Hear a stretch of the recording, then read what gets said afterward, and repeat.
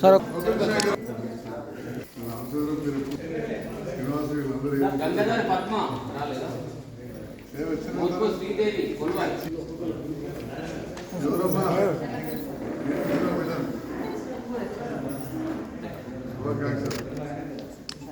సిమ్మల కౌరమ్మ మంగళ లైన్లో అవుతారు.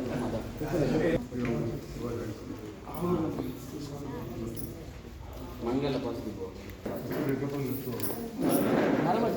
సార్ ఇక్కడ ఒక్క నిమిషం. రేకులపల్లి తాటపల్లి లక్ష్మి పూస గంగాబా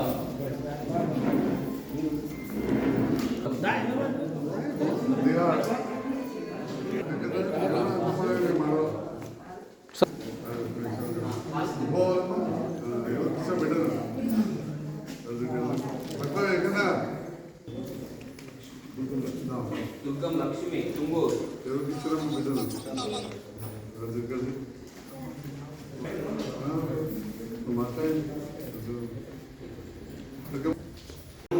వేదిక పైన ఉన్న మా గౌరవ సర్పంచ్లకు, పెద్దలు రామచంద్రరావు గారికి, నాయకులందరికీ పేరు పేరున నా హృదయపూర్వక నమస్కారాలు. ఈ కార్యక్రమాన్ని అరేంజ్ చేసిన రెవెన్యూ అధికారులకు, పాల్గొన్న పాత్రికేయ మిత్రులకు కూడా ప్రత్యేకంగా ధన్యవాదాలు. ముఖ్యంగా మరొకసారి మా ఆడబిడ్డలందరూ కూడా తెలియజేస్తున్నాం. తెలంగాణ రాష్ట్రం రాకముందు ఏంది, వచ్చినాక ఏందనేది చాలా స్పష్టంగా ఎన్నో విషయాల్లో కనబడుతున్నది. ఈ కళ్యాణ లక్ష్మి పథకం ఒకటి. ఈ తెలంగాణ రాకముందు, కేసీఆర్ గారు రాకముందు కానీ ఎన్నడూ 10 రూపాయలు ఇచ్చిన లేరు. అంతేనామా 1,00,000 రూపాయలు చెప్పబడుతున్నాం. పేదింట్లో పెళ్ళైతే కేసీఆర్ గారు మాత్రమే ఇచ్చారు. ఏ పేదవాళ్ళు బీడి కార్మికులు పోతే 1 రూపాయలు అయితే ఎన్నడూ ఆదుకున్న వాళ్ళు లేరు. ఈ ప్రభుత్వం వచ్చిన తర్వాతనే ఆదుకోవడం జరిగింది. మరిగా ఇప్పుడు కొత్త ప్రభుత్వం వచ్చింది, చూద్దాం. ఇలా కళ్యాణ లక్ష్మి పేరు అనేది కొద్దిగా మారిపోతుంది. డిసెంబర్ 9 అంటే ఇవాళకి వెళ్ళి 20 రోజుల కిందకి లగ్గాలైన వాళ్ళందరికీ కూడా కళ్యాణ లక్ష్మి కాదు, కళ్యాణ మస్తుగా పేరు పెట్టారు. మస్తుగా ఈ పైసలతో పాటు తులం బంగారం కూడా ఇస్తారట. ఓకే, మనం వ్యంగ్యంగా మాట్లాడుకోవడం మీద వాళ్ళకి ఇస్తే సంతోషం. కొత్త ప్రభుత్వం ఎప్పుడెప్పుడు ఇస్తారని చెప్పి నేను కూడా చూస్తా ఉన్నా. ఇంకా ఎమ్మెల్యే గెలిచినాం కాబట్టి మేము కూడా పూర్తి స్థాయిలో మనం మా చేతిలో పెడతారో లేదో కానీ ప్రజాప్రతినిధిలో ఖచ్చితంగా అలా పాల్గొంటాం, ఏ ప్రభుత్వం వచ్చినా కానీ. మరి ముఖ్యంగా మన నియోజకవర్గ ప్రజలు, రాష్ట్రంలో ప్రభుత్వం కొంత మారినా కానీ నన్ను గెలిపించినందుకు మీ అందరికి కూడా హృదయపూర్వక ధన్యవాదాలు తెలియజేస్తామని. నిరంతరం మీ మధ్యలో ఉన్నాం. ఇలా రోజువారు ప్రాజెక్టు దాదాపు పూర్తయిపోయింది. మొన్న వరదలు వచ్చి కొట్టకపోతే దాదాపు 7 గ్రామాలలో 800 కరెంటు స్తంభాలు ఒక్కరోజు వేయించడం, 90 ట్రాన్స్ఫార్మర్లు వేయించడం. కరెంట్ అనేది 24 గంటలు కూడా పోలేదు. గతంలో వరదలు వచ్చినప్పుడు మన రంగసాగర్లో చెప్తా ఉండ్రి, అంతకుముందు వరదలు వస్తే 2 నెలలు కరెంట్ లేకుండా రంగసాగర్లో. మా లక్ష్మీయాసం, ఇక్కడ లక్ష్మీయాసం పెద్ద మనుషులు అందరికీ ఎరకనే ఉంటుంది. అంతకుముందు మా వరదలు వస్తాయి. ఈసారి వరదలు వస్తే ఒక్క రోజు లోపల కరెంట్ ఇచ్చినాం. మరి ఈ రకంగా ఎన్నో కార్యక్రమాలు చేసినాం. మొన్ననే 45 రోజులు పొద్దుగా 7:30 కరెంటు కూడా మొదలైంది 3 days. మళ్ళీ ఇప్పుడు ఇద్దరు కావచ్చు. 5-6 రోజులు బాగా ఇబ్బంది. రైతు బంధు వచ్చేది ఉంది, రుణమాఫీ 2 లక్షలు చేస్తామన్నారు, అదొకటి ఉన్నది. పింఛన్ 2,000 వస్తున్నాయి, 4,000 చేస్తామని. మరి రైతానికి 4,000 చేయాలి. అంతకుముందు 1,000 రూపాయలకి వెళ్ళి ఉంటే నేను గెలవక ముందు నేను గెలగానే 2,000 చేస్తామన్నా, 2,000 చేసాం. కరోనా వచ్చింది 2 ఏళ్ళు నానా కోస అయినా కానీ చేసాం. 4,000 చేస్తామన్నారు. చేయాలని ఆకాంక్షిస్తున్నాం. మంచిదే కదా చేస్తే. రైతు బంధు కూడా పెంచుతా ఉన్నారు. సిలిండర్ 500కి ఇస్తున్నారు. కరెంట్ బిల్ కట్టుకోవాలని చెప్పేసి 200 యూనిట్ల దాకా గృహజ్యోతి కరెంటు కట్టగలరు. ఇట్లా ఆయా పథకాలలో 5 పెట్టారు. ఇప్పుడు ఊళ్ళలో రాస్తే యువ వికాసం అని ఆలోచన ఉంది. మా యువ నాయకులు ఉన్నారు. అది సార్ లేదు. యువ వికాసం అంటే ఇక నిరుద్యోగులు అంటే 10వ తరగతి 10వ తరగతి పాస్ అయిన వాళ్ళందరికీ కూడా మనకు ఉద్యోగానికి అవకాశాలు, తరగతి పాస్ అయిన వాళ్ళందరికీ కూడా 4,000 రూపాయలు ఇవ్వాలి నెలకు. అట్లనే మన ఆడపిల్లలు 18 ఏళ్ళు నిండిన వాళ్ళందరికీ ఎలక్ట్రిక్ స్కూటర్ ఇస్తున్నారు.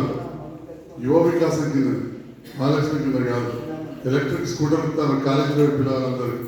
మరి 4,000 ఏమో జీవనభృతి నౌకరాలు అందరికి 10 దాటి అయిపోయి కాదు. మరి రమేష్ కూడా ఇవ్వాలి, శిల్ప కూడా ఇవ్వాలి, వాళ్ళకు కూడా ఇవ్వాలి 4,000 రూపాయలు. అప్పుడు ఎలా అది కాయిదంగా లేదు. మరి ఇవన్నీ కూడా మనం ఆలోచించాల్సిన అవసరం ఉంది. ఇవన్నీ చెప్పి కేసీఆర్ దించారు, వేరే వాళ్ళు ఎక్కారు. చూద్దాం, ఇళ్ళ విషయంలో కూడా గృహలక్ష్మి మనం ఇచ్చినాం. ఇందిరమ్మ ఇందని చెప్పి 5 లక్షలు ఇస్తామన్నారు, దళితులకు 6 లక్షలు ఇస్తామంటా ఉన్నారు. అవన్నీ కూడా చేస్తాం. 100 రోజుల గ్యారెంటీ అన్నారు. ముందుగా 2009 తారీఖు నాడు టంగువాలు పడతాయి, రైతు బంధు 15,000 అన్నారు. రుణమాఫీ అయిపోతుంది 9 తారీఖు నాడు అన్నారు. ఈ 9 తారీఖుకి వెళ్ళి 90 రోజులకు పెంచుకున్నారు, ఇంకో 100 రోజులు అంటున్నారు. చూద్దాం, మనం ఎందుకు తొందరపడాలి. ఇవన్నీ కూడా జరగాలని ఆకాంక్షిస్తూ, ఏది ఏమైనా కానీ చరిత్రల భారతదేశంలో మనలాంటి 29 రాష్ట్రాలు ఉంటాయి. ఎక్కడా కూడా లేని విధంగా ఏనాడు కూడా పేద ప్రజలకు 10 రూపాయలు అని గత కాంగ్రెస్ బీజేపీ ప్రభుత్వాలు ఉంటే, తెలుగుదేశం ప్రభుత్వం ఉంటే, కేసీఆర్ వచ్చిన తర్వాత 12,90,000 మందికి ఆడబిడ్డలకు 1,00,000 రూపాయలు ఇచ్చిన ఘనత కేసీఆర్ గారు అని చెప్పి మరి ఎటువంటి పుణ్య కార్యక్రమం ఎమ్మెల్యేగా మా చేతుల మీదుగా మీ చేతుల మీదుగా చేసి మన జగిత్యాల నియోజకవర్గంలో కూడా 12,000 మంది ఆడబిడ్డలకు ఇచ్చినాం. మన మండలంలో కూడా దాదాపు 800 మందికి కళ్యాణ లక్ష్మి ఇచ్చినాం, 800 నుంచి 900 మందికి. మరి ఇంత మంచి కార్యక్రమం 100 అబద్ధాలు అనేది ఒక పెళ్లి చేయమంటారు. అటువంటిది ఒక సామాన్యులు కడుపు మీద వస్తుంటే, ఉన్నోళ్ళకి ఎన్నైనా చాలా కానీ కడుపు మీద వస్తుంటే 1,00,000 రూపాయలు ఇంత పెళ్లి చేయాల్సి వచ్చినాడు. మరి ఇంకా సంతోషం, కొత్త ప్రభుత్వం ఈ కళ్యాణ లక్ష్మి పథకం తీసేసి కళ్యాణ మస్తాన్ని పెట్టి మస్తుగా ఇంకొత్తలో బంగారం ఇస్తామంటారు. కొత్త వాళ్ళకి తప్పకుండా అది ఇప్పించే విధంగా మనందరం కూడా ప్రయత్నం చేయాలి. ఎందుకంటే ఏ ప్రభుత్వం అయినా కానీ ప్రజల పైసలు మళ్ళీ ప్రజలకు ఇచ్చాడు, ఎవరు ఇంచకెళ్ళి ఇయ్యరు. నేను ఇచ్చేది ఈ చీర నా ఇంచకెళ్ళి ఇచ్చిన కవర్ అనేది ఆ 1,00,000 రూపాయల చెక్ సర్కార్ది.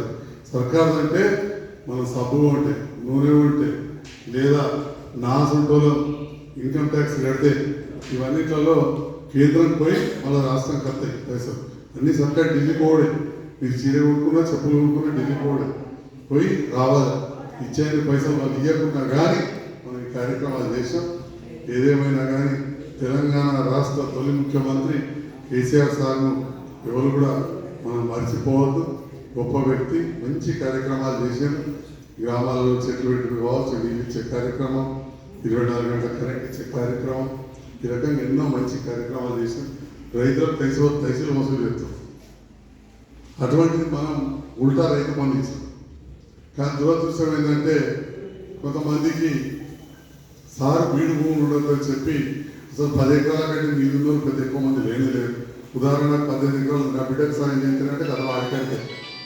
కానీ కొంతమందికి ఏంటంటే ఎక్కడో ఒక దగ్గర ఉంటే వినాయకం ఉన్న ఒక ఫంక్షన్కి అయినా నిజంగా కరెంటు బిల్లు మంచిగా అంటే బాగా పెద్ద మంచి వయసు 90 ఏళ్ళు ఉంటుంది, మంచిగా సార్ అన్ని మంచిగానే ఉన్నాయి, నాకు 50,000 రూపాయలు మిగులుతున్నాయి అంటే 40,000 కూడా వస్తున్నాయి కాబట్టి ఇక నాకు 40,000 వస్తున్నాయి కనుక పలానా సేవకారికి 100 ఎకరాలు ఉంటే కనుక ఇచ్చి అవసరం ఆనబడ్డ అంటే ఇది తహసీలు కట్టినోడు ఎరగడ.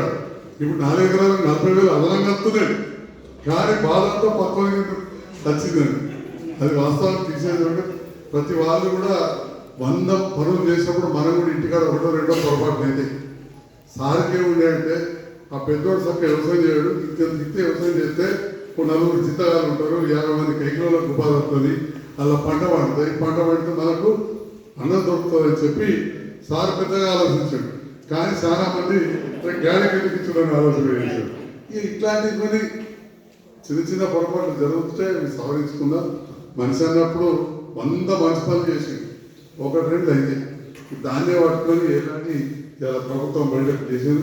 కానీ ఈ ప్రాంతాల్లో గుర్తించిన నన్ను మంచి మెజార్టీతో గెలిపించినందుకు మీ అందరికీ ధన్యవాదాలు.